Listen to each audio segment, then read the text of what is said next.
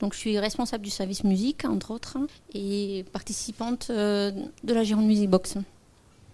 Bonjour à toutes, bonjour à tous. Donc, moi, c'est Fabien Ratz. Je travaille à la médiathèque de Brinda, qui est dans l'ouest lyonnais. Et donc, je suis là pour vous présenter un petit peu Ampli.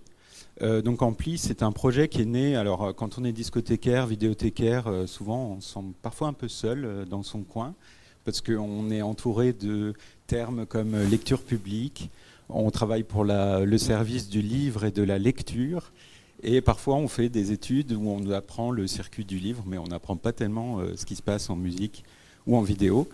Donc qu'est-ce qu'on fait ? On fait des réunions pour en parler. Et c'est au cours d'une réunion qui était sur le sujet de la scène locale, donc c'était en 2011, qu'on a commencé à échanger autour de nos pratiques. Certains commençaient à monter une démothèque, d'autres faisaient déjà des concerts scène locale. Et j'ai quand même gardé mes notes sous les yeux.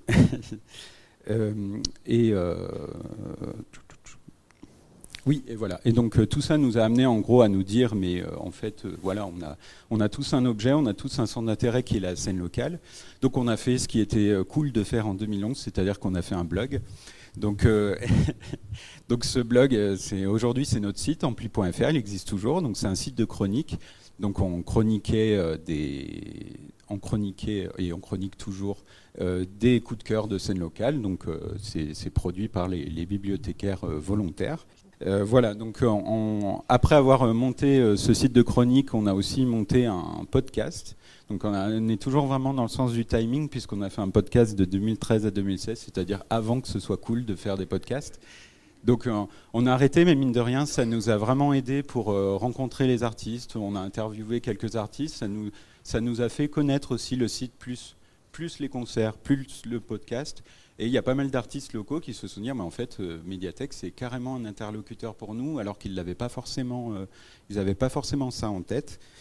Donc tout ça, ça nous a mené au fait que voilà, on était tous, chacun dans notre coin, à proposer des concerts de scène locale. Et ces concerts étaient très peu repris dans la presse, dans les médias locaux. Donc on s'est dit, comment on va faire ? On va créer un cheval de Troie et on va appeler ça festival. Et donc c'est comme ça qu'est né le Festival Ampli, c'est-à-dire qu'on fait exactement la même chose qu'avant, mais sauf qu'on se coordonne à le faire tous en même temps à une période bien donnée. Et sur ce festival, il y a donc une ligne éditoriale qui est déjà évidemment que ce soit de la scène locale, ensuite que les concerts soient gratuits, que les concerts soient payés, donc voilà, gratuits mais payés pour les artistes, et ça c'est très important pour eux, et qu'il s'agisse de création aussi, et pas le moins possible de reprises, parce que comme aime à le dire notre chère trésorière Catherine Lanoé, que je salue, le Festival Ampli, c'est pas la fête de la musique. Voilà. On le dit avec un ton un peu méprisant, comme ça. Et donc voilà, ce travail de coordination au fil des années, donc ça c'est depuis 2015 qu'on fait ça. Et on peut profiter au fil des années de partenaires qui sont la métropole, la médiathèque départementale du Rhône, coucou, et aussi donc notre seule subvention qui est le Crédit Mutuel, voilà, qui est fidèle. Et depuis très peu, il y a le Ninkasi aussi qui nous rejoint pour financer un des concerts du festival. Donc ça fait 3 ans que c'est le cas. Et voilà. Et je précise quand même par rapport à mes collègues que donc voilà, nous, le Festival Ampli, c'est une initiative qui se passe dans le cadre bénévole en fait, puisqu'on le fait en dehors de notre temps de travail ou pour les plus chanceux d'entre nous sur notre temps de travail ou de façon un peu hybride. Voilà, je laisse la parole. Alors pour la Gironde Music Box, nous, la réflexion a commencé dès 2009, avec tous les débats sur la loi Hadopi. On parlait déjà de la mort des discothèques, du prêt des CD. Le questionnement sur notre avenir professionnel était déjà là. Donc rapidement, on a mis en place des réunions pour discuter de nos choix professionnels, de comment on voyait l'avenir de notre profession. Et on s'est rendu compte, il y a eu un petit peu une émulation, qu'on travaillait tous chacun dans son coin. Donc moi, je travaillais beaucoup à l'époque sur la musique libre, avec les bornes dogmatiques. Mes collègues de Pessac, eux, avaient commencé à réfléchir à une adaptation de Le Music Box qui existe à Limoges. Il y a certains collègues qui étaient aussi partis sur d'autres types d'actions. Donc on s'est dit que plutôt que chacun travaille dans son coin, ça serait aussi bien qu'on travaille ensemble et qu'on crée un un projet ensemble, donc on s'est axé surtout sur la scène locale. Et au départ, on avait un projet essentiellement de répertoire d'artistes locaux. Donc c'était un projet sous SPIP à l'époque. Ensuite, on est passé en WordPress. Alors nous, dès le début, on était des assistants qualifiés. Il n'y avait pas de responsable. Et on a travaillé ensemble avec l'accord de nos tutelles, mais sans cadre administratif. Au fur et à mesure des années, maintenant, on est tous officiellement sur la Gironde Music Box. On travaille sur notre temps de travail, parce qu'avant, c'était effectivement aussi du bénévolat pendant longtemps. C'est intégré dans nos profils de poste, mais par contre, on n'est pas métropolisé. C'est à la volonté de chaque établissement de qui fait quoi. Donc, on est toutes les bibliothèques de la métropole participantes en fonction de notre temps. Des fois, ça peut varier. Il y a une bibliothèque qui va être très impliquée un temps, l'autre un autre temps. Oui, c'était aussi vraiment une volonté dès la création de la Gironde Music Box d'aller de l'avant et de ne pas être attentif et pas d'attendre que les choses se passent et d'essayer de créer quelque chose pour voir ce que nous on pouvait proposer et non pas attendre que la chute des prix s'enlise et qu'on réfléchisse trop tard. Donc c'était vraiment très très clairement une démarche militante, d'où le bénévolat au tout début de nos actions. Et c'était toujours au départ aussi avec un hébergement de la CIM. Bien, donc ces présentations des deux ensembles de projets sont donc posées. Moi, je voulais vous demander aux uns et aux autres si ce travail autour de la scène locale avait été conçu ou non dans l'objectif de contrer les difficultés que pouvaient rencontrer les secteurs musique de vos établissements. Je vois que Fabien se précipite. On avait dit je réponds en prime, c'est après. Nous concernant, c'est vrai qu'on est assez nombreux au départ, en tout cas, à avoir participé. Et c'est vrai que les motivations des uns et des autres étaient assez différentes. On a échangé un peu justement sur ces motivations. Il y en a pour qui effectivement c'était vraiment le cas. Il y avait un besoin de retrouver un peu une dynamique dans un secteur de la discothèque qui pouvait quand même un petit peu péricliter par endroits. Et après, c'est pas forcément toujours le cas. Disons qu'en fait, c'était plus une quête de sens, je pense, qui nous a mené vers l'idée de creuser la scène locale. En fait, comme j'en parlais un peu tout à l'heure, quand on s'est mis à discuter autour de ce thème-là, finalement aussi, on a bien vu que c'était un terrain qui n'était pas très occupé. On a vu que, en tout cas, nous, en tant que médiathécaires, ça nous semblait assez juste de se dire ce terrain que personne n'occupe, il a l'air quand même pourtant super intéressant. On s'est aperçu que la scène locale à Lyon était d'une grande richesse et ça nous a semblé vraiment faire sens que d'aller plonger dans cet univers qu'en plus on connaissait même pas forcément très bien nous-mêmes. Hein. Donc il y avait aussi une motivation, mais par la découverte, l'excitation un peu. Et voilà, donc en plus nous, ça nous permettait aussi de ramener du spectacle vivant, créer du spectacle vivant dans nos médiathèques. Pour ça, il y avait vraiment quelque chose d'intéressant, au-delà de juste chercher à tout prix la porte de sortie. Que du positif, c'était pas... Voilà. Alors moi je dirais qu'au début, nous c'était comme disait Sylvette, l'idée surtout de proposer un outil, d'être dans le concret et d'éviter la réunionnite. Donc le but c'était d'essayer de créer une émulation entre collègues. Pour certains c'est la première fois qu'ils se rencontraient alors que des fois ils sont à 15 km les uns des autres. Il y avait vraiment cette volonté-là. C'était d'autant plus justifié qu'à l'époque, on rentrait à peine dans le web 2.0, c'est-à-dire le web réseau social ou réseaux sociaux musicaux. YouTube étant né en 2005, a vraiment explosé fin des années 2000. Enfin, voilà. Donc on a lancé un premier site, comme elle disait, sous SPIP, qui servait surtout en gros d'un répertoire, c'est-à-dire des fiches analytiques autour des artistes, souvent des artistes qu'on avait fait passer dans nos structures. Et c'était plus un outil de travail pour repérer, comme dit Fabien, une scène qui était sous-documentée. puis arriver le Web 2.0 avec toutes ces expressions telles qu'on connaît, puis l'émergence des plateformes de streaming. Donc là, on était au-delà du discours sur l'Adopi, on était vraiment sur la dématérialisation des supports et comment on accède à des contenus. Et là, c'est en ça que la scène locale est un superbe matériau, parce que ça recrée, alors je reprends la phrase qu'on a mis de Gilles Pierret, qui pour nous fait sens à notre travail, donc ancien président de la CIM et ancien directeur de la médiathèque des Halles. C'est vraiment pour nous le fait de développer, alors ne pas confondre quelque chose qui paraît plus restrictif, c'est-à-dire une démothèque. On est au-delà de la démothèque, là on est vraiment tout support, c'est-à-dire que quand on rentre dans le numérique à partir des années 2012-2013, on peut vraiment sonder la manière d'aller là où la musique se fait. C'est-à-dire, pour ceux qui le savent un petit peu, c'est le fait de la fin de MySpace et le début de sites plus réseaux sociaux type SoundCloud, SoundsGood pour les playlists, etc. Donc le but, c'était vraiment qu'à travers le local, on se forge vraiment une identité. Et ça a vraiment bien pris.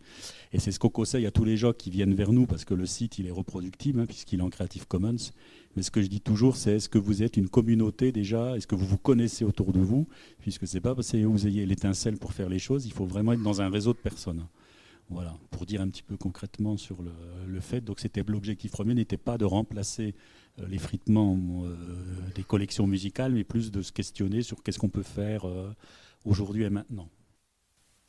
Vous partez effectivement de la matière dans vos différents sites, donc cette scène locale, et en quoi est-ce qu'on peut peut-être aller un petit peu plus loin? Pourquoi est-ce que c'est quelque chose de particulièrement intéressant? Pourquoi est-ce que ça donne une dimension particulière à vos projets, et en quoi? Et puis je dirais aussi, quel est l'avenir? Est-ce que voilà, c'est des choses qui vont perdurer à votre sens, et comment? Nous, en fait, ce qu'on se rend compte comme retour d'expérience, puisque c'est quand même le but de la journée, c'est se rendre compte qu'on soit dans un terrain, j'allais dire, très urbanisé, où nous, par exemple, à Bordeaux, on a 5 SMAC, 5 scènes qui sont conventionnées, ce qui est assez énorme, rien que sur la métropole. Quand on en a une déjà, c'est bien, là on en a 5, et on a un vivier extraordinaire d'acteurs, on a une trentaine de labels de musique, enfin voilà. Mais ce qu'on se rend compte à l'expérience, c'est que même dans j'allais dire, dans le tissu plus rural, puisque la Gironde, c'est une grosse métropole, mais c'est aussi, il y a une partie landaise, etc. Et on se rend compte qu'il y a un vivier musical, puisqu'aujourd'hui, pour faire de la musique, on peut le faire quasiment depuis chez soi. On peut avoir tout ce qui s'appelle le home studio, et on peut produire sa musique avec du matériel type DV vidéo extraordinaire. Et donc, j'allais dire, ça nous a fait prendre conscience qu'au-delà de notre intérêt pour la scène locale, on s'est tous rendu compte qu'on était dans un écosystème un peu à l'image de l'écologie, quoi. On est pris, en fait, qu'on le veuille ou non, dans cet écosystème musical, et on n'en est pas coupé. Ne serait-ce que, par exemple, le fait de monter des concerts, on va se mettre en relation avec soit un programmateur, soit une salle de spectacle, soit une école de musique. Et au lieu d'être dans une relation client-serveur où on dit voilà, on a un budget pour faire ça, qu'est-ce que vous nous proposez? On est dans une forme de construction, de co-construction. Donc déjà, ça nous fait prendre conscience, nous, notre rôle d'acteur et pas simplement de passeur. On achète des CD, on les dépose dans un bac. Et puis c'est surtout que du coup, ça crée le côté local crée un horizon commun. C'est-à-dire qu'ensemble, on va se rendre compte que même si on peut continuer, on a une partie blog sur le site, on va pouvoir communiquer des fois sur des portails de bibliothèques, on ne peut pas le faire. Un billet sur, je ne sais pas, tel événement, mais les 81 ans de Paul McCartney aujourd'hui, fait une playlist, etc. On se rend compte que malgré tout, on peut parler d'autre chose que de la scène locale, mais que ce qui fait notre identité, qui nous forge maintenant notre identité, c'est que de l'extérieur, on puisse être perçu comme étant la Gironde Music Box. Voilà, c'est vraiment ça, et c'est une porte d'entrée, un cheval de Troie pour changer un peu d'identité. Et je vais ponctuer ce que dit Nicolas pour répondre à votre question sur l'avenir de ce type de projet. Politiquement, tout simplement aussi, actuellement, la scène locale, elle est plutôt à l'honneur. Bordeaux est une ville avec un maire écolo, mais le débat sur le développement durable et l'écologie, il est plus global, bien évidemment. Mais le fait de travailler en circuit court, de réfléchir effectivement aussi à la façon dont nous programmons des groupes, dont nous travaillons avec la filière économique locale, ça a de l'importance. C'est par exemple, on travaille actuellement avec un label qui s'appelle Babor. Alors le label, c'est plutôt un label type AOC. C'est-à-dire que Babor, c'est un label, en gros, vous savez que quand vous achetez une carotte, elle vient du petit producteur d'à côté, et bien là, c'est la même démarche. Ils veulent que quand on achète un disque, on sache que c'est un circuit court, que ça a été produit à côté, que ce n'est pas venu en avion, que quand vous programmez un concert, il a le label qui respecte l'environnement, etc., circuit court, charge sociale, respect... les paiements des artistes, par exemple, voilà. Respect des droits sociaux, etc., etc. Et donc, la démarche sur notre scène locale et la démarche actuellement sur la défense de l'écologie du circuit court, ça se rejoint. De notre côté, la question elle se pose un petit peu différemment parce que comme nous, donc en Pli, on est sur tout un territoire où il y a aussi bien Lyon, donc une ville gigantesque à l'échelle du territoire et même à l'échelle du pays, et aussi bien des petites communes comme celle dans laquelle je travaille, voire des communes encore plus petites. Donc la question de la scène locale, c'est toujours à plusieurs échelles, quoi. J'ai entendu, j'étais pas là ce matin, mais j'ai entendu qu'il y avait eu la question de où s'arrête la scène locale, comment on délimite ça. Il y a on va dire, il y a une façon très primaire d'aborder la scène locale, c'est de se dire mais la scène locale c'est en bas de chez moi, c'est les rues à côté. Et donc il y a un vrai côté comme ça où je trouve que nous en tant que médiathèque, on est hyper pertinent de se dire on est une médiathèque, on est dans un lieu, on est sur un territoire, on sert la population de ce territoire. Et du coup, c'est tout à fait logique, je trouve, de se dire, mais attendez, il n'y a pas des choses qui se produisent sur le territoire qu'on pourrait faire connaître aux gens qui habitent là, en fait. Donc, dans ce même esprit circuit court dont tu parlais. Et après, là-dessus, c'est pour ça que je dis, il y a une petite différence, c'est que c'est beaucoup, enfin non, je ne vais pas dire que c'est plus facile à Lyon parce qu'on va me dire c'est parce que tu travailles pas à Lyon, mais disons qu'à Lyon la scène locale, Lyon même, je veux dire, elle est vraiment très riche et si on veut fouiller pour trouver exactement ce qu'on veut, on va y arriver. Et quand on travaille dans une beaucoup plus petite commune, là si on veut travailler avec vraiment la scène locale, on va se retrouver avec vraiment des amateurs, des musiciens du dimanche, et je dis ça sans mépris, hein, parce que la plupart des artistes sont des musiciens du dimanche. Du coup, il y a aussi une crainte qui peut être liée à ça. Il peut y avoir des réticences sur le fait que attends mais ouais tu vas promouvoir mais je crois que ce qu'ils font c'est pas terrible et puis je crois que je les ai vus l'autre fois ils jouent pas très juste et tout, donc c'est pour ça qu'il peut y avoir une petite distinction à faire sur en tout cas la qualité, mais toujours est-il que pour nous sur l'ensemble du territoire de travailler sur cette scène locale, de toute façon c'est vraiment comme je disais, c'est une terra incognita un peu, pareil pour vous, quand vous avez mis le nez dedans, j'imagine que vous ne saviez pas à quel point vous alliez trouver des pépites, quoi. Et nous, c'est un peu la même idée. Et au-delà de, voilà, je vais encore répéter ce que vous disiez, mais c'est vrai qu'on est aussi là, du coup on devient nous-mêmes acteurs de la scène locale et effectivement, on essaye d'être des bons acteurs de la scène locale en essayant de rémunérer correctement, etc. Et sur la question du futur que vous évoquiez, c'était, à mon avis, il n'y a qu'à regarder, souvent on peut faire le parallèle entre le nombre de disques, d'albums qui sortaient dans les années 70 et aujourd'hui, c'est complètement démentiel et ça n'arrête pas en fait, comme tu disais Nicolas, avec la démocratisation des outils, là maintenant encore plus maintenant avec la démocratisation de l'autotune ou plein de logiciels qui ont ça directement intégré, où il n'y a même plus besoin de savoir chanter juste pour pouvoir faire un morceau, mais n'empêche que ça simplifie beaucoup la création et nous, notre boulot de défrichage, il est d'autant plus important et je pense qu'il ne va pas arrêter de devenir plus important. Donc vous êtes des acteurs de proximité, au plus proche finalement des acteurs, des musiciens et de la scène locale. Quels sont plus précisément, est-ce que vous pourriez qualifier, préciser votre rôle en termes justement dans le partenariat, dans la coopération, si vous allez un petit peu plus finement dans la description de ce que vous faites avec les scènes locales, avec les acteurs locaux. Moi, mon rôle précisément, c'est un rôle de coordination.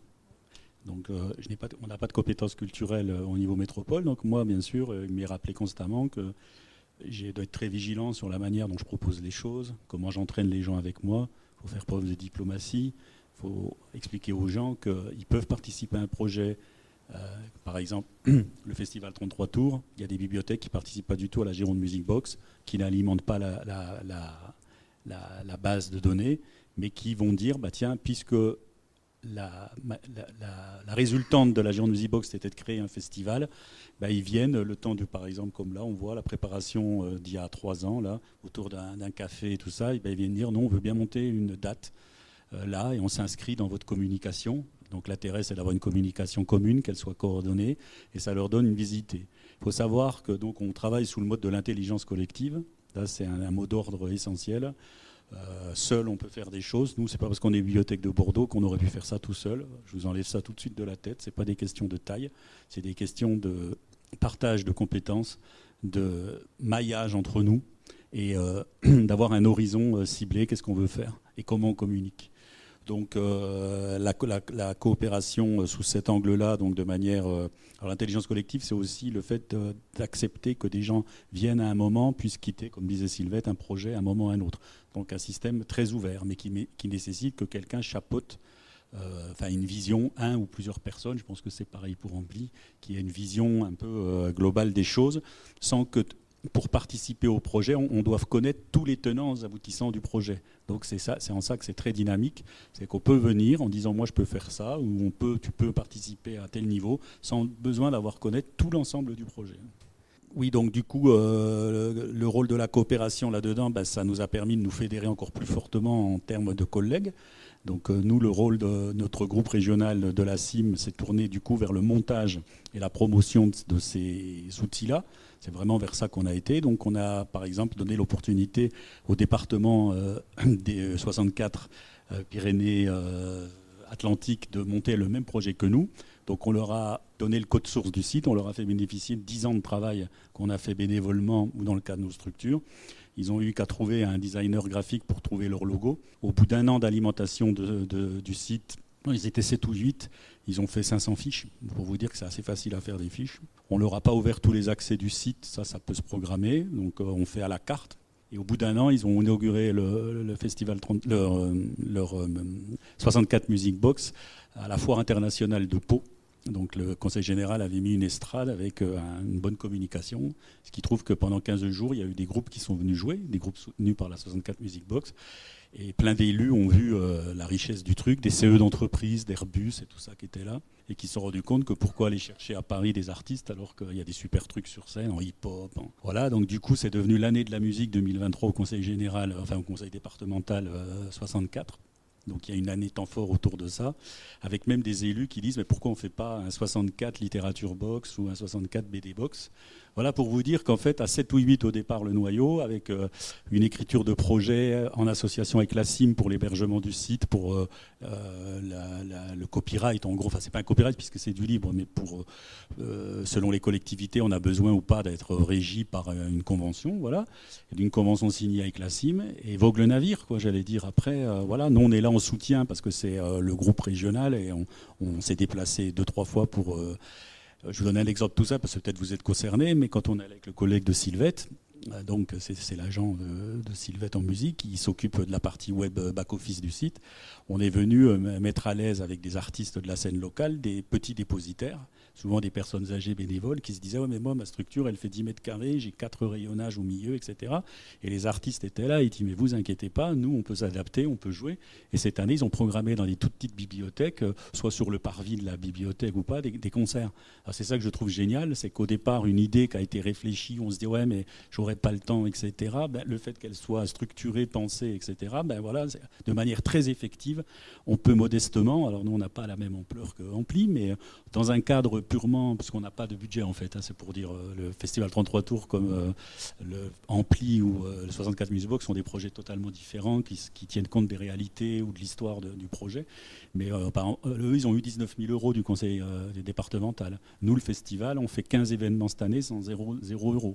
C'est juste sur le fait que certaines bibliothèques disent on veut bien mettre une date au mois de juin. Voilà, c'est pour vous montrer les différentes réalités de ce qu'est la coopération, en fait. Et on peut faire des choses assez marquantes dans le cadre de la coopération. Pardon, si je peux juste rebondir sur ce que tu viens de dire avant que j'oublie.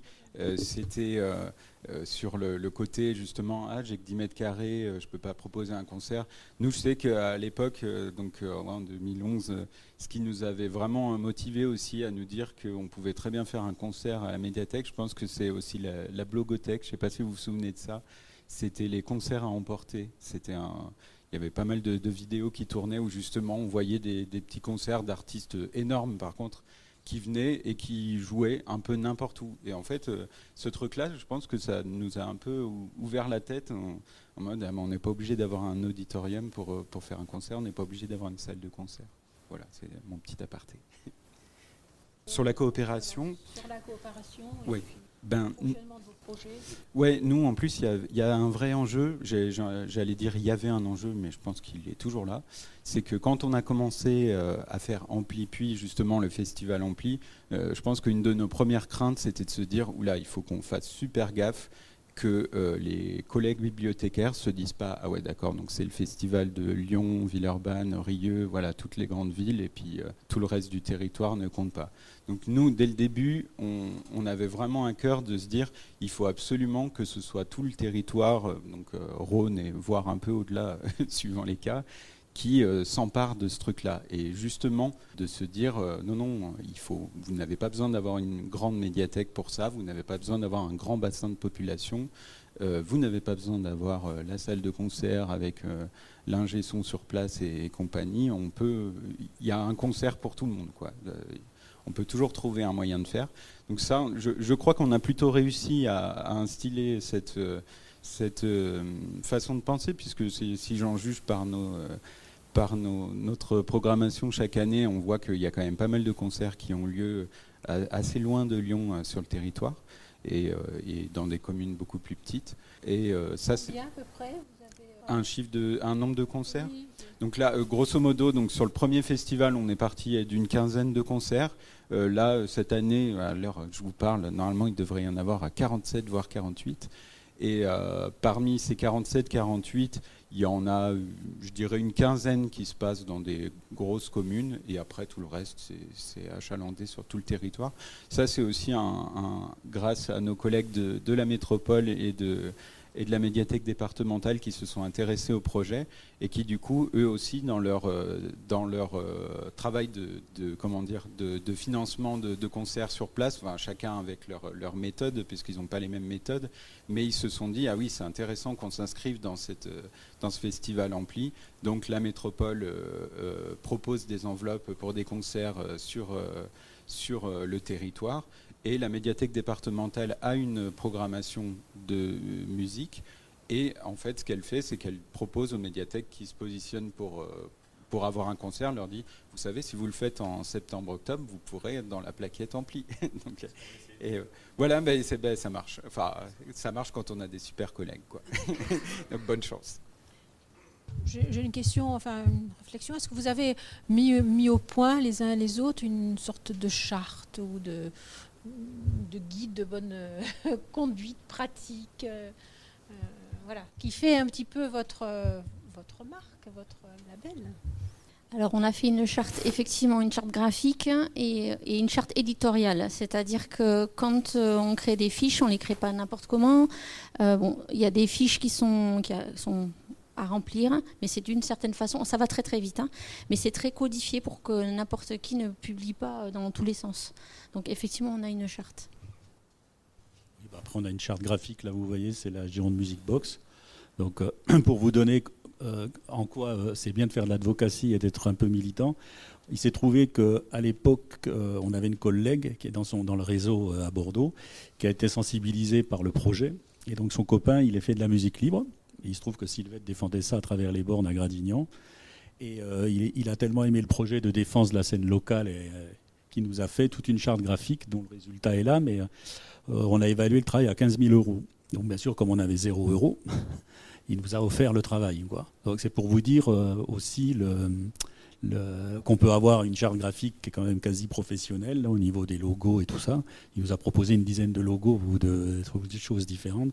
Voilà. Et l'obstacle de l'argent peut être dépassé en fonction de...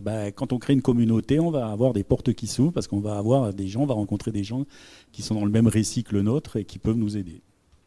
Après, je voulais préciser aussi au niveau de la Gironde Music Box, ce n'est pas un répertoire exhaustif de ce qui se passe sur le territoire. Il y a aussi nos choix propres. On ne met pas tous les groupes. Et après, c'est individuel si on estime que tel groupe est intéressant ou tel groupe ne l'est pas. Mais ça, c'est vraiment le choix de chaque discothécaire. Oui, mais nous, sur le côté charte, alors sur le papier, justement, elle n'est pas sur le papier. Oralement, on a une charte. Et après, disons que notre credo, c'est d'abord d'essayer de faire peur à aucun collègue et à aucune médiathèque. Donc généralement, on est déjà content quand une nouvelle médiathèque vient avec un concert, même si ça ne respecte pas forcément tout ce que nous, on aimerait. On prend, parce qu'on se dit, voilà, elle a mis un pied dans Ampli, et à partir de là, on va lui expliquer, ah ouais, là, tu vois, le concert, c'était cool, mais c'est que des reprises, c'est dommage, enfin voilà. Et donc, d'une année sur l'autre, voilà, on n'a pas vraiment une charte qui interdit quoi que ce soit. D'ailleurs, nous, en tant qu'association, on peut adhérer à Ampli, seulement 30 € par an. Mais on n'est pas du tout obligé d'être adhérent à Ampli pour pouvoir participer au festival Ampli. Voilà, on ne ferme vraiment pas la porte et c'est plutôt la volonté qui nous intéresse en premier. Et après, éventuellement, si on peut avoir du soutien, soit pécunier, soit justement humain, encore mieux, là on prend. Voilà. Et justement, par rapport à vos critères de choix, est-ce que vous avez des éléments sur lesquels... auxquels vous tenez véritablement et lesquels? On a constitué la base comme on pourrait constituer une collection, j'allais dire, de disques, c'est-à-dire essayer de respecter toutes les esthétiques musicales. Donc il n'y en avait aucun de nous, par exemple, qui était branché hip-hop. Et on s'est dit au début, celui qui est branché électro, il va s'occuper de l'électro.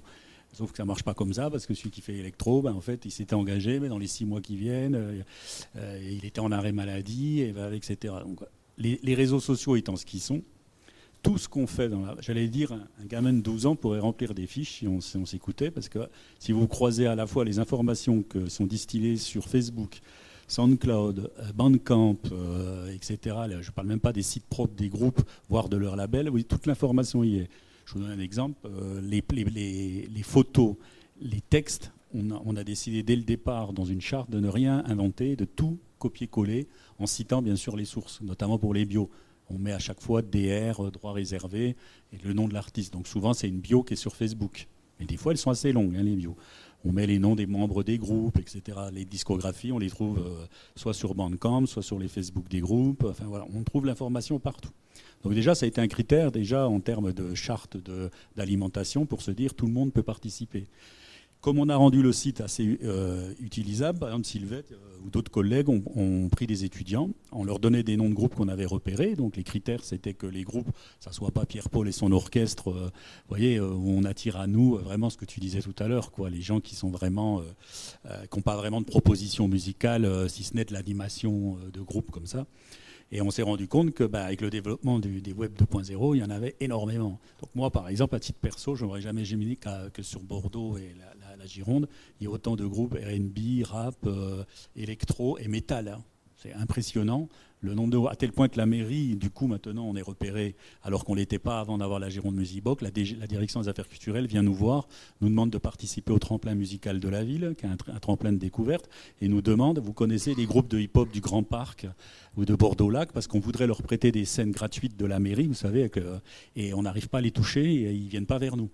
Vous voyez ce genre de renversement de valeur, ou alors qu'avant, on serait presque allé voir la DGAC pour connaître des noms de groupes. Donc maintenant, on commence à changer le regard sur nous, tout ça parce qu'on a mis une charte à la base d'alimentation du site qui prenne en compte toutes les esthétiques musicales. Par ailleurs, pour vous dire la force aussi de cette charte, on essaie de mettre des artistes qui, eux aussi, collent avec l'univers musical de ce qu'est le monde de la musique, notamment par rapport à YouTube. Et là, c'est là qu'on voit la vitalité, et des fois comme on peut être nous hors jeu, c'est-à-dire qu'on n'investit pas tout ce qui est communicationnel et tout ce qui est mise en scène de nos espaces ou de nos... Et en fait, on se rend compte que eux, les groupes, ils le font, quoi. Donc ils ont des drones, ils se filment dans des endroits de dingue dans Bordeaux, font traverser les drones la Garonne, et on se rend compte que tous les esthétiques musicales, du classique jusqu'au hip-hop, quoi. Et c'est en ça que nous, là, le site, nous, on est assez contents, c'est que du coup, par rapport ne serait-ce que même à des gens qui ne connaissent pas l'Office du tourisme, par exemple, ou des élus, vous pouvez faire j'en ai fait une pour l'ALCA, l'Agence régionale du livre, j'ai fait une playlist Nouvelle-Aquitaine. On peut mettre en abîme toute la région Nouvelle-Aquitaine à travers la mise en valeur des artistes dans les pays. Là où ils sont. Par exemple, Alexis Evans s'est filmé, a fait son avant-dernier clip, il était à la gare de Bordeaux.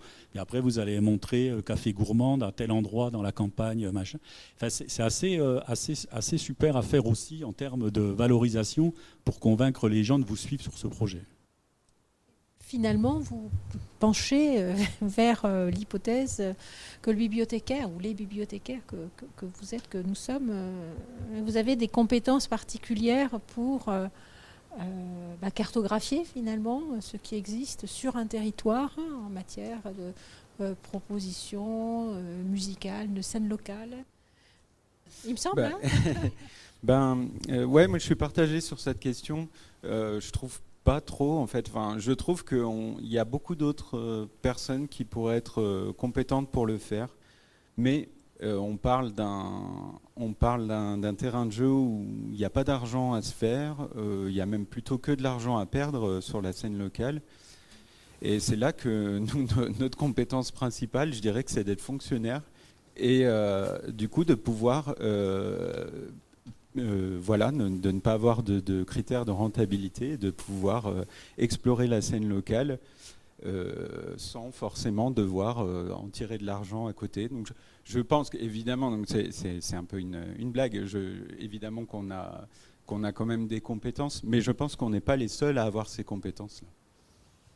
Alors effectivement, je pense qu'on n'est pas les seuls à avoir cette compétence-là. Par contre, on a une compétence sur la connaissance de la scène locale, mais on a des compétences de bibliothécaire. On sait documenter la musique. Quand nous, on fait des fiches, on met des tags. Ils sont les trois quarts, ils se revendiquent du folk. Vous écoutez, ça n'a rien à voir avec de la folk. Nous, on a cette compétence-là quand même de pouvoir un peu écouter la musique et y mettre un mot matière derrière, enfin un tag. On sait chercher aussi. Et après, je pense que quand même, on a les bibliothécaires musicaux, enfin en tout cas sur notre territoire à nous, on est de plus en plus, Nicolas vient de le dire, reconnus quand même pour le travail qu'on fait autour de la scène locale. Et le fait, moi aussi je fais partie de Tremplin, le fait d'être identifié bibliothécaire musical et que du coup on nous identifie comme compétents sur ce domaine-là, on nous invite maintenant à participer au Tremplin pour sélectionner des groupes. Et moi je pense que c'est une de nos nouvelles compétences qu'on a acquises. Alors moi je pense que justement nous on est certes des fonctionnaires mais on est là pour le service public aussi de la culture, et justement quand on voit les autres exemples qui ne sont pas des exemples promus par des bibliothécaires, si on prend, on en parlait tout à l'heure un peu en off, mais les plateformes faites par des SMAC comme à Rouen, Sonothèque de Rouen, c'est surtout de la musique, des musiques actuelles, il n'y a pas forcément un respect de toutes les esthétiques musicales, et les propositions qui sont faites sont assez fermées puisque... on en parlait en off, mais ne serait-ce que déjà pour avoir des renseignements de structures comme ça, on vous fait un droit d'entrée payant, quoi. Donc bon, déjà quoi. Après, là où je suis pas d'accord avec toi, c'est le fait que de plus en plus de SMAC, en tout cas sur Bordeaux, ont pour mission d'avoir ce qu'on appelle alors ce qu'ils appellent ça, ils craquent school, ils ont eux-mêmes, ils hébergent dans leur structure une dizaine de groupes. Donc nous, par exemple, le Krakatoa, ils ont une dizaine de groupes, ou Isard, enfin même des groupes qui tournent au national ou international et qui viennent en fait se professionnaliser, ils peuvent mixer. Et donc voilà. Mais eux, ce qui les intéresse pas, les SMAC, c'est tout ce qui relève de l'archivage, de tous les groupes qui sont passés. Nous, par exemple, le Kraka est tenu par le premier manager de Noir Désir. Au début, il nous a pris de haut en disant oui, mais moi j'ai voulu faire ça dans les années 80. J'avais une base de données de tous les concerts. Ouais, mais tu l'as jamais fait. Alors pour des questions de sous, parce que c'était peut-être pas rentable. Enfin, on se rend compte qu'aujourd'hui, ils nous regardent avec un regard différent parce que quand on va vers eux, on est maintenant attiré, comme disait Sylvette, Babord. Multipiste, c'est une librairie de Libourne qui travaille sur tout ce qui est musique expérimentale. et donc qui fait du concert free, live, etc. Ils sont venus nous voir pour être partenaires. Mixed Rap Aquitaine, c'était pendant le Covid, c'est le label La Cassette. Ils sont venus pour que nous utiliser le réseau des bibliothèques de Nouvelle-Aquitaine. On leur a permis de pouvoir toucher en affichage les bibliothèques qui faisaient partie de notre réseau pour être labellisés, pour faire une mixtape en fait. Voilà. Donc je pense que ça les intéresse pas, mais voilà, ils voient bien quand même que le travail qu'on fait de documentation et trucs pose quand même un cadre. Eux, je pense qu'ils sont plus dans l'instant et dans le renouvellement de subventions à l'année ou de leur programmation. Enfin, oui, c'est ça, parce que les groupes en résidence dont tu parlais, ils le font aussi parce qu'ils sont subventionnés pour le faire. Donc est-ce que s'ils n'étaient pas subventionnés, est-ce qu'ils le feraient aussi facilement? Sans doute qu'ils auraient très envie de le faire, mais ils seraient là à compter les sous en disant « Ah mince, est-ce que ça va nous coûter plus que ce que ça va nous rapporter ?» Alors que nous, on ne se pose pas ces questions-là. Et ça, c'est vraiment un énorme poids en moins, quoi. Et c'est ça qui nous permet aussi d'être super innovants, quoi, de proposer des choses qui sortent de l'ordinaire et qui, surtout, on a le droit de proposer des choses qui peuvent se planter, quoi. Bon, après, ça n'exclut pas qu'on se fasse tancer par nos élus ou notre hiérarchie, mais il n'empêche qu'on peut essayer de le faire. Et ça, je pense que c'est vraiment un avantage qu'on a sur les autres. Ah bah, un exemple, ça... Bah, l'exemple, non, mais c'est vrai que c'est une bonne question parce que justement, quand on propose un concert de scène locale, si je propose un chanteur ou une chanteuse avec un style plutôt chanson populaire, voilà, où je sais que ça va bien passer, il va y avoir 50 personnes facile, ou si je propose, ah ouais, là il y a un petit artiste du coin, mais alors lui il fait du drone expérimental et il reste sur une note pendant 30 minutes, et là... sauf que là, si moi je vois que j'ai 5 personnes dans la salle, je me dis, wow, yes, 5 personnes, quoi. Sauf que s'il y a un élu qui passe par là à ce moment-là, je pense qu'il n'aura pas la même analyse de la situation. Donc ça, c'est les moments où nous, effectivement, on n'est pas exempt de pression, hein, c'est pas ce que je voulais dire. Mais voilà, en tout cas, on essaie justement de jongler. Et sur le Festival Ampli, il me semble qu'on a une programmation finalement assez équilibrée, même si elle a tendance à beaucoup tendre vers la chanson et le folk. Voilà. Moi, j'allais dire que le seul petit souci, alors que je ne rencontre pas personnellement, mais que peuvent rencontrer certains collègues, c'est toujours le même débat, ça a été évoqué un peu ce matin, mais c'est qu'on travaille sur la Gironde Music Box. Alors, ça ne prend pas 100% de mon temps, mais il y a une partie de mon temps de travail qui est consacré à la Gironde Music Box, mais je ne travaille pas forcément pour les Gradignanais. Donc je ne travaille pas forcément pour ma ville. Et donc pour l'instant, comme on a des très très bons retours, tout va bien, mais j'ai des collègues qui ont plus de difficultés. Parce qu'effectivement, vous travaillez pour une communauté, des fois vous ne touchez pas forcément votre public dédié, mais vous touchez plus largement. Et ça peut poser des soucis. Ou l'effet inverse, le temps du festival, on fait ce qui s'appelle la gazette du festival. Donc la première année, j'ai fait des clips vidéo, j'enregistrais les artistes programmés. Donc c'était assez génial parce que j'avais juste une petite tablette de base Apple, là, ce qu'on nous a forcé à acheter à la bibliothèque, posée sans micro rajouté ni rien, sur un pied fixe là, que j'avais mis avec des livres. C'était vraiment cocasse et j'avais mis 2 posters. Vous pouvez revoir les vidéos sur notre chaîne YouTube. Mais ce qui était fou, c'est que certains, c'est comme si j'étais Rolling Stone ou Rock & Folk, quoi. Ils étaient hyper contents. Pas qu'on s'intéresse à eux, mais qu'on leur pose des questions sur pourquoi depuis quand ils font de la musique, qu'est-ce que ça leur fait de jouer dans une bibliothèque. Et ils ne tarissaient pas d'arguments pour me répondre, quoi. Enfin, c'était vraiment intéressant. Bon, pour des questions techniques, on n'a pas continué à le faire. On espère le refaire à un autre moment. Là, on fait une gazette. Donc, chaque artiste qui passe dans une structure va être interrogé. On va bien mettre qui joue dans telle commune, dans telle ville. Et le contenu, comme il est exportable, puisque c'est un billet de blog, avec une playlist qui est souvent la bande-son de la vie du musicien, pour qu'on le connaisse mieux, avec des questions-réponses et sa playlist. Ça peut être tout à fait exporté sur des pages du portail de la mairie. Vous voyez ce que je veux dire? Donc, ce n'est pas forcément des choses qu'on fait dont on se rend compte, mais c'est des choses qui peuvent aussi contrebalancer ce que tu dis sur le fait que tu travailles peut-être pas sur un projet qui dépasse ta mairie, mais en retour, ta mairie, elle est mise en valeur le temps d'un événement. Oui, puis il y a même au niveau national, parce que vous devez le voir passer des fois sur discothécaire.fr, mais la playlist, ils sont décédés cette année, elle est repostée sur je ne sais pas combien de portails de bibliothèques en France. Hein. finalement, tout ça est un peu paradoxal, à la fois ancrage territorial fort, mais large accessibilité, accessibilité totalement, on va dire, ouverte, de l'accès libre au sens, finalement, au sens que les bibliothécaires aiment beaucoup. Je pense que ça fait partie de de nos valeurs, tout simplement. Et est-ce qu'on peut aller, peut-on aller en fait vers une sorte d'exportation? Est-ce que finalement ces expériences que vous menez ont un ancrage territorial fort, mais est-ce qu'on peut imaginer finalement une dissémination de vos expériences et dans quelle mesure et jusqu'où et avec quel aménagement justement pour tenir compte peut-être des spécificités territoriales propres à chaque espace? On se demande pourquoi il y en a déjà que tout le monde ne le fait pas, parce que nous, au départ, on est parti sur une plateforme, ce qui est devenu une plateforme musicale avec écoute en streaming de contenus musicaux, mais c'est vrai qu'après, suite à une intervention à l'époque de ta collègue à Auxerre sur les prémices d'ampli, ça nous a fait sens de dire, si on veut un ancrage sur le terrain, il faut refaire un petit peu aussi ce que fait. Ça a été un moment d'inspiration pour nous aussi, Ampli, même si ça n'a pas les mêmes. Nous, on est sans budget, quoi. On ne cherche pas forcément à le développer. Ouais, voilà. Là, mais on n'a pas de subvention, on n'a pas plus d'aide. Ouais, 500 il euros faudra qu'on par rapproche an, le donc, crédit mutuel. Non, nous, juste précise, voilà, nous, on ne paye qu'un livret de présentation du festival. Ah, okay. Tous les concerts sont payés par les médiathèques qui accueillent les concerts. En fait, voilà. Okay. Mais pour dire que non, alors j'allais dire précurseur ou pas, reproductibilité, mais en janvier, on a été approché par le journal Libération. On a fait une double page là dans les cahiers du week-end. Un journaliste là, je crois qu'il s'appelle Mac Perreux, qui nous a contactés pour nous demander ce qu'on pensait en gros, grosso modo, de la version pratiquement américaine de ce qu'on fait nous avec la Gironde Music Box, c'est-à-dire en fait ce qu'on appelle Music Hat.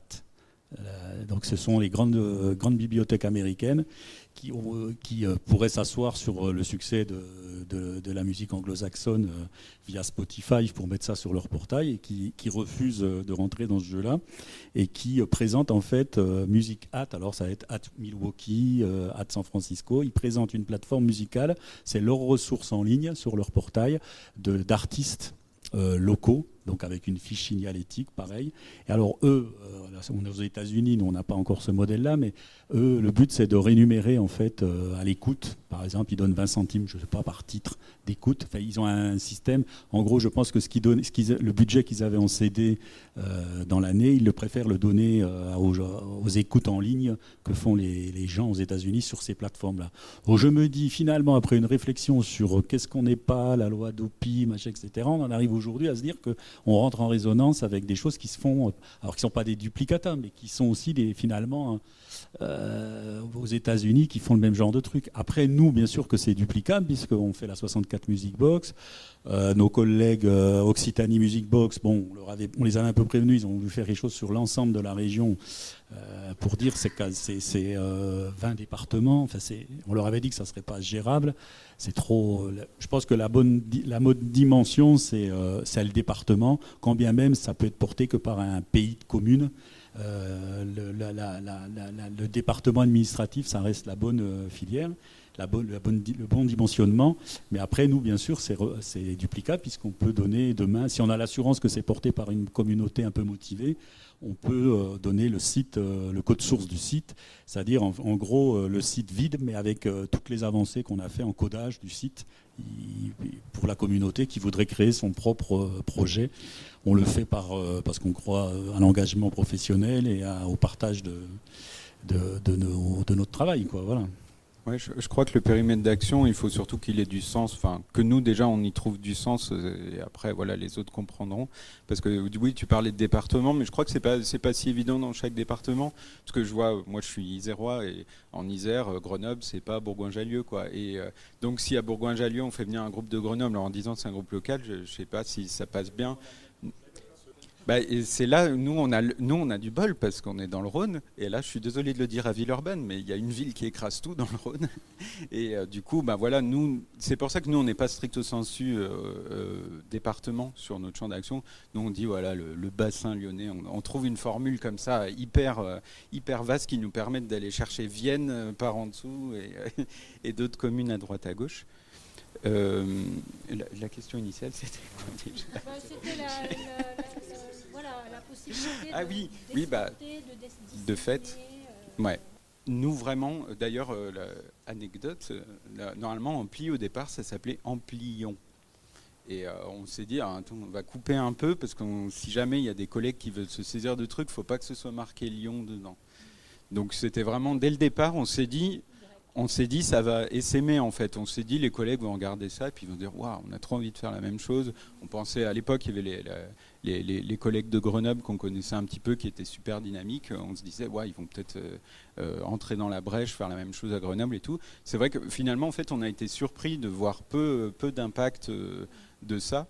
Donc, mais je vois qu'apparemment, c'est bien, même des années plus tard, ça a fini par s'aimer, fonctionner, donner quelque chose. C'est super, tant mieux, parce qu'en plus, c'est vrai que les projets se ressemblent beaucoup quand même. Hein, donc, voilà. Non, c'est très bien. Puis, si en plus, même les États-Unis nous copient dessus, alors là, qu'est-ce qu'on peut faire ? Oui, ce que j'allais dire, c'est que ça dépend. C'est moins du territoire que de qui est motivé pour le faire, qui veut travailler sans tirer la couverture sur sa bibliothèque, mais avec les autres. Et la transversalité, c'est compliqué. Après, je dirais qu'avec le temps, plus les choses s'accélèrent, plus on se rend compte qu'on attire le regard des autres acteurs. Parce que pour le dire au départ, la Gironde Music Box, donc, est devenue le festival aussi 33 tours depuis 2019. On était surtout centré sur nous dans le fait de convaincre notre environnement professionnel du bien fondé de ce qu'on faisait. Et pour vous dire, on a 1800 fiches, mais on n'a jamais envoyé une fiche à quelqu'un en disant « vous êtes dans notre site ». Puis en fait, on se rend compte qu'aujourd'hui, on nous écrit, on est googlisé, hein, désolé, mais c'est ce qui coûte le moins cher. Et du coup, puis ça permet de partager les outils communément, c'est-à-dire YouTube, Google. Bon, on ne va pas revenir là-dessus. Après, je comprends que ça puisse choquer, mais bon, c'est notre principe. Et on voit de plus en plus de gens qui nous écrivent en disant « vous n'avez pas pris connaissance, on existe, on a un duo, nanana ». Et du coup, bon, j'ai écouté, fait certains articles, j'ai créé les fiches. Et puis bêtement comme ça, en faisant de la veille, je retombe sur les artistes. Ils étaient likés plusieurs fois, donc on sait très bien que ça compte sur Facebook. Plus que Facebook de vous rebooster, c'est d'être liké. Wow, mais quelle reconnaissance. Il y avait marqué le groupe Lueur, par exemple, des potes à eux qui disaient, voilà, nous on s'en doutait même pas. Donc on se rend compte aujourd'hui qu'il faudrait qu'on fasse plus de l'entrisme, sortir de l'entrisme et aller vers les groupes et vraiment à tous leur dire, est-ce que vous voulez modifier votre bio, parce que c'est eux qui seraient les meilleurs ambassadeurs du site pour nous faire en gros nous faire de la pub. Mais bon, déjà sur ce qu'on fait et tout ça, on a déjà de bons, enfin, ça vit déjà beaucoup pour soi-même. Alors, j'ai oublié de dire quelque chose, en général on le dit tout le temps, c'est que ça marche aussi la consultation du site parce qu'on a une identité propre, qu'on est Gironde Music Box et que c'est, voilà, qu'on n'est pas Bordeaux que ça, mais que c'est revendiqué, enfin, que c'est clair et net qu'on a une identité collective. Parce que je le dis ça, par exemple, pour les playlists, on a fait des stats, les playlists, quand elles sont postées sur la Gironde Music Box, elles ont beaucoup de vues. Quand vous les postez la même sur votre portail internet, elles ont 0 vue. C'est pas pour rien, parce qu'il faut interroger ses pratiques individuelles. En tant que, si on veut écouter de la musique, est-ce qu'on a le réflexe d'aller sur le portail de la bibliothèque, je ne citerai pas de nom, et de regarder la playlist? Pas vraiment. Par contre, on va aller sur des sites où on sait, enfin, qui ont une identité. Et la majorité des gens qui arrivent sur le site Gironde Music Box, c'est une recherche Google. Je voulais juste refaire une petite précision, c'est que quand on a créé Ampli, je crois qu'on se croyait un peu précurseur, mais en fait on n'est pas du tout précurseur. Hein. Donc je dois juste saluer les collègues de, je crois, Strasbourg qui ont peut-être été les premiers à le faire, et puis il y a des collègues aussi sur Paris qui ont fait ça avant. Voilà, donc voilà, c'était juste pour préciser qu'on n'était pas les rois du pétrole. Mais quand eux l'ont fait, nous on ne l'a pas su finalement. Voilà. Nous avons un peu de temps pour des questions. J'ai même pas fini de le dire que... Hop, très bien. J'ai juste une remarque et une question. C'est sur l'attrait du local. Je pense qu'effectivement, pour les bibliothécaires, ça a toute cette pertinence aussi. Mais on oublie aussi que vis-à-vis du public, c'est-à-dire que moi, quand j'ai commencé en bibliothèque musicale il y a un peu plus de 20 ans, on avait des bacs de groupes locaux et les gens ne les empruntaient pas. Et en fait, il y a une forme de retour d'intérêt pour ce qui se passe sur le territoire qui fait que ça a aujourd'hui encore plus sa pertinence de travailler sur les artistes locaux. Et c'est même une demande parfois de nos usagers maintenant d'avoir des bacs d'artistes locaux. Et ma question, c'était un peu sur, peut-être un gros mot, sur l'évaluation de tout ça en termes d'activité et de fréquentation, que ce soit sur les concerts ou sur la consultation de la Gironde Music Box. Alors sur les stats, alors c'est hyper compliqué d'avoir des stats parce qu'on ne paye pas les fameux trucs supplémentaires pour avoir les stats. On a quand même essayé d'en faire là pour la journée d'aujourd'hui, mais c'est en bidouillant. Donc on a 513 consultations là sur les 3 dernières semaines du site. Les playlists sont en moyenne, elles sont vues, alors la playlist en entier, je vais préciser en 2 fois. Les clics et les gens qui écoutent des playlists en entier, on a 10 200 playlists qui ont été vues du début à la fin. Et des playlists qui ont été vues à moitié, on a 37 000 consultations. Et après, c'est tout ce qu'on peut vous dire, parce qu'après, on n'a pas la possibilité de faire les stats. Nous, on ne veut pas voir nos stats, ça ne nous intéresse pas en fait. Donc, dans l'absolu, ça nous intéresse, mais disons que je sais par expérience que quand on commence à avoir des chiffres qui s'affichent sur un site pour voir quel jour on a fait le mieux et tout, en fait, on finit par devenir obsédé par ça et du coup, j'ai pas du tout envie de rentrer là-dedans. Par contre, je profite que Cyril ait pris la parole pour signaler que une des raisons pour lesquelles nous, à Ampli, on n'a pas fait de Music Box, c'est parce que à la BM de Lyon, il y a un énorme boulot qui est fait sur la scène locale, notamment par notre collègue Benoît Galichet. Et donc, la BM de Lyon s'est déjà emparée de ce terrain-là, et notamment pour aussi la proposer en ligne de la même façon. Enfin, Benoît pourrait en parler bien mieux que moi, mais de la même façon que vous le faites avec la Gironde Music Box. Donc voilà, on n'est pas venu, on voulait pas empiéter sur un territoire déjà occupé. Non, mais en plus, c'est énormément de boulot, donc ça nous va bien si quelqu'un le fait déjà. Oui, moi j'avais une question. Nicolas de la médiathèque départementale du Rhône. Une question pour Gironde Music Box. Comment ça s'est passé le convainquage de vos élus, de vos tutelles, pour inclure le temps de travail dans votre temps de travail, parce que c'est un des gros points de discussion permanent sur Ampli, et que je pense qu'on est plusieurs à vouloir intégrer ça dans notre temps de travail. Et là, dans la manière dont vous l'avez présenté, ça avait l'air d'être hyper facile. Et donc voilà, je voulais en savoir plus. Alors, réponse en 2 temps. Alors, j'ai précisé qu'on a commencé en 2009. Et au début, alors, si c'est enregistré, tant mieux pour ma future promotion, mais j'ai un super chef qui m'a toujours laissé carte blanche. Donc, du coup, c'est pour ça que c'est Gradignan qui a commencé à faire les réunions. C'est-à-dire que j'organisais des réunions des discothécaires sur leur temps professionnel. Alors, au début, c'était pour discuter de l'avenir de nos métiers, etc. Donc, voilà. Moi, j'ai toujours travaillé quasiment sur mon temps professionnel. Les 3/4 des collègues qui ont commencé à travailler avec nous au début, c'était vraiment du militantisme et du bénévolat, à quelques exceptions près. Et ça a duré quand même quelques années. Et oui, Pessac, voilà, il y avait 2-3 bibliothèques qui étaient où c'était un peu acquis, on nous laissait la main, les discothécaires. Il y en a beaucoup d'autres, ça a été très très compliqué pour eux. Et d'ailleurs, jusqu'à la fin, on a des collègues qui ont travaillé à Talence en bénévolat. Et après, on a un petit désaccord. Et ensuite, ça a commencé à vraiment être intégré dans notre temps de travail. C'est pas compliqué, c'est quand on a commencé à prendre de l'ampleur, c'est toujours pareil. Quand ça a commencé à voir que ça marchait, qu'on en parlait, et surtout qu'ils ont fidélisé on n'est pas finalisé, on dit fixer le poste de Nicolas de coopérateur. C'est ce qui fait qu'après, ça a enclenché tout le reste. Et que du coup, c'est devenu un projet où on a tous été sur notre temps de travail. Je n'ai pas exactement la même vision des choses, mais bon. Non, je pense qu'il y a au moins plus de la moitié des gens qui, d'entrée, le fait qu'au départ, ce qui nous a aussi beaucoup aidé, c'est le fait, au bout d'un moment aussi, on a organisé les rencontres nationales de la CIM, on est devenu aussi un groupe associé de la CIM. Donc la CIM permet de pouvoir avoir des groupes Donc je vous incite à y réfléchir aussi, avec des groupes associés de la CIM, des groupes régionaux. Donc ça aide aussi, parce qu'on peut aussi le faire dans ce cadre-là. Et donc pour beaucoup, on s'arrangeait pour faire des réunions professionnelles. Par exemple, on allait visiter une SMAC le matin. La SMAC nous laissait une salle libre l'après-midi. On travaillait sur un projet, etc. Donc voilà comment on peut intégrer ça dans le travail. Après, la construction, l'alimentation du site, il y a des pilotes. Il y a des gens qui sont têtes chercheuses qui vont prendre en charge. Sûrement vous, en pli, il y a tant de personnes qui participent à ce qu'ils programment, mais vous êtes 4-5 têtes chercheuses dans l'année, où ça a pu changer avec les années. Il y a toujours ça. Mais par exemple, je vous donne un exemple, je suis cash à Bordeaux, qui travaille régulièrement, alors que c'est la plus grosse structure, je suis le seul à travailler sur la Gironde Music Box. Alors que je ne suis pas, je suis employé de la ville de Bordeaux, mais j'ai plutôt une mission tournée sur l'extérieur, métropole. Donc tout ce que fait la bibliothèque de Bordeaux, finalement, reste à Bordeaux, parce que le lancement d'instruments, ils n'ont même pas pris la peine de nous donner l'information pour qu'on puisse le faire vivre sur la partie bloc du site. Voilà.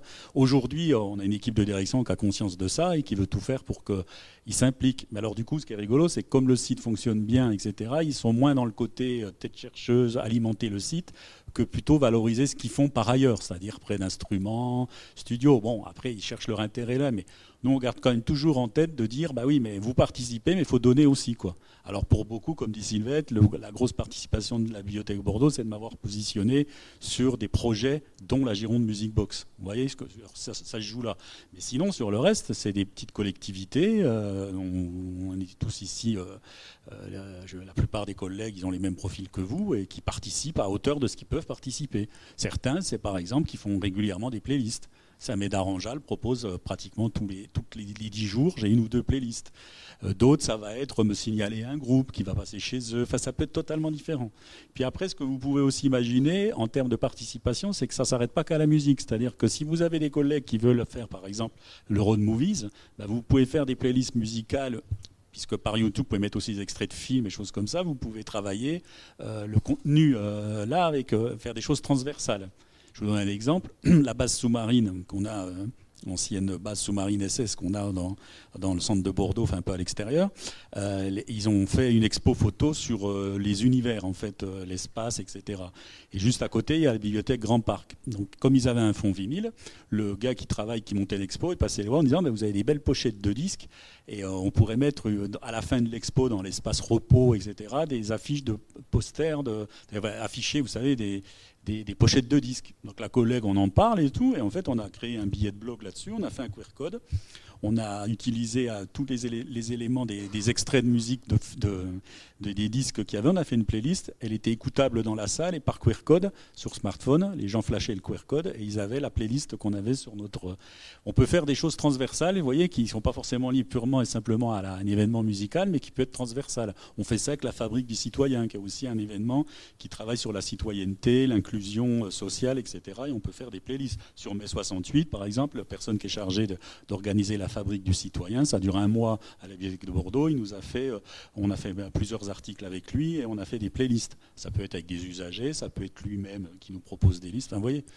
Donc ça peut être à la carte, la participation, vous voyez. C'est pas forcément à temps plein sur un truc défini. Par contre, qu'on vous missionne sur une mission comme ça, oui, c'est important que ça soit écrit. Il y avait une dernière question. Oui, la médiathèque départementale de la Haute-Loire. C'est juste pour savoir si vous travaillez avec les radios locales en tant que partenaire, ou autre. Alors moi, c'est bien que vous posiez la question, parce que vous voyez là, le lancement de Babord, là, nous on a trouvé que c'était important, donc j'ai demandé en fait le Babord, donc c'est ce que vous disait Sylvette, c'est une 25 structures de la Nouvelle-Aquitaine qui lancent ce mois-ci leur logo, la Babord, en fait pour labelliser des événements qui auraient certaines vertus à la fois sociales, économiques, écologiques, etc. Et c'est là où je dis il faut être un peu militant. Je suis allé une journée professionnelle dans une SMAC autour de la musique libre. Ils parlaient de ce projet-là. Bon, il y avait les gens de l'OHARA, donc tout ce qui est scène vivante. Il y avait la DRAC, etc. Et moi, une petite bibliothèque, j'étais le seul avec une collègue. J'ai dit, nous, on fait la Gironde Music Box et votre action, on trouve qu'elle colle vachement avec ce qu'on fait, Festival 33 Tours, etc. Donc ça n'a pas plus intéressé les gens, les officiels. Par contre, eux, j'ai eu 10 personnes de ce collectif qui sont venus voir en disant, c'est génial, on va faire la conférence de presse, etc. J'ai dit, faites-le à la bibliothèque de Bordeaux, on a un auditorium. Ils auraient pu le faire dans le club de la presse de Bordeaux, ils ont préféré le faire chez nous, par rapport à ce qu'on représentait. Parce qu'ils sont allés voir ce que c'était Gironde Music Box, etc. Donc vous les voyez ici dans l'auditorium de là. Donc dans ce collectif-là, il y a un monsieur qui travaille dans une des plus vieilles radios libres de Bordeaux, vraiment militante, et qui nous a approchés là, à la fin de l'inauguration et qui veut qu'on puisse monter avec lui un podcast. Et comme on est plusieurs villes de la métropole, mais ça pourrait être un pays, hein, il y a plusieurs radios, il voudrait que ça soit à la fois un podcast qui soit radiodiffusé, mais aussi un podcast posé sur Internet. Donc l'idée, ça va être de voir comment, justement, ça peut être une radio libre, peut être force de proposition pour nous. L'idée étant, et là je rebondis sur la question que vous posiez sur la participation, c'est que déjà le gars, techniquement, il nous propose des solutions, de dire, nous on peut se déplacer, on a le matériel technique, on fait un podcast plutôt audio que vidéo, et nous, par exemple, on peut aller à Bègle, on fait les sorties concerts du mois, on enregistre sur place le collègue qui s'occupera de faire ça, comme ça vous n'êtes pas tous obligés de vous déplacer, et on met dans la boîte cette partie-là, vous voyez. Donc nous c'est gagnant-gagnant, parce que lui il cherche justement à travailler cette question-là aussi radio militante, il cherche aussi à interroger la musique locale, etc., et en faire profiter ses collègues des autres radios. Donc oui, j'avais envie de dire, oui, c'est possible qu'on travaille avec eux. Du côté de Lyon.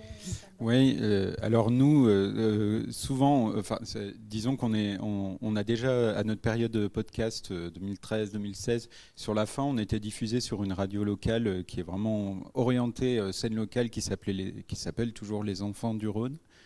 Mais le truc, c'est qu'on a interrompu le podcast, pas parce que ça nous ennuyait, mais parce qu'on trouvait plus le temps de le faire, en fait. Et c'est un peu le fil rouge de tout ce qu'on fait pour Ampli, c'est que tout ce qu'on n'a plus le temps de le faire, du coup, on le fait plus. Et déjà là, pour vous dire, avec Léna, on doit se trouver une date pour arriver à répondre à une demande d'interview de Sol FM, et rien que ça, on a du mal. Alors voilà, c'est pas qu'on n'a pas envie, mais voilà, toutes les tâches supplémentaires. Il faudrait une personne supplémentaire à chaque fois. Merci beaucoup à tous les trois. Et oui,